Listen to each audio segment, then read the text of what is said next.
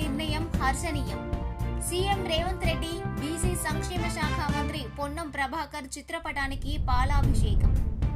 జనగామ జిల్లా దేవరూపల మండల కేంద్రంలోని జనగామ సూర్యాపేట జాతీయ ప్రధాన రహదారి చౌరస్తా ప్రాంగణంలో మండల కాంగ్రెస్ పార్టీ ఆధ్వర్యంలో సీఎం రేవంత్ రెడ్డి, బీసీ సంక్షేమ శాఖ మంత్రి పొన్నం ప్రభాకర్ చిత్రపటాలకు పాలాభిషేకం చేసి హర్షం వ్యక్తం చేశారు.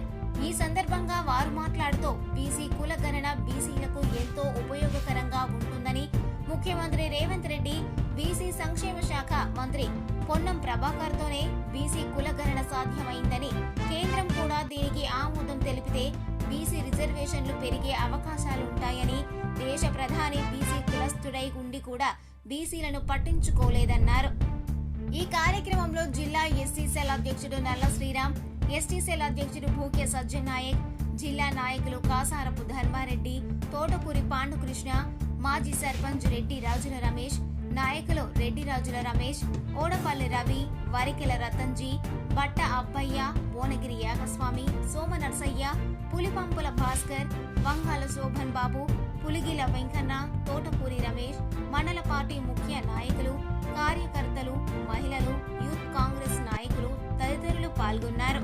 కాంగ్రెస్ పార్టీ అసెంబ్లీలో చేసినటువంటి కుల గణాంకాల తీర్మానాన్ని ఆమోదపరిచినందుకు తెలంగాణ రాష్ట్ర ముఖ్యమంత్రి వర్యులు రేవంత్ రెడ్డి గారికి, అలాగే వారి సహచర మంత్రివర్గానికి కూడా ప్రత్యేక ధన్యవాదాలు తెలియజేస్తున్నాం.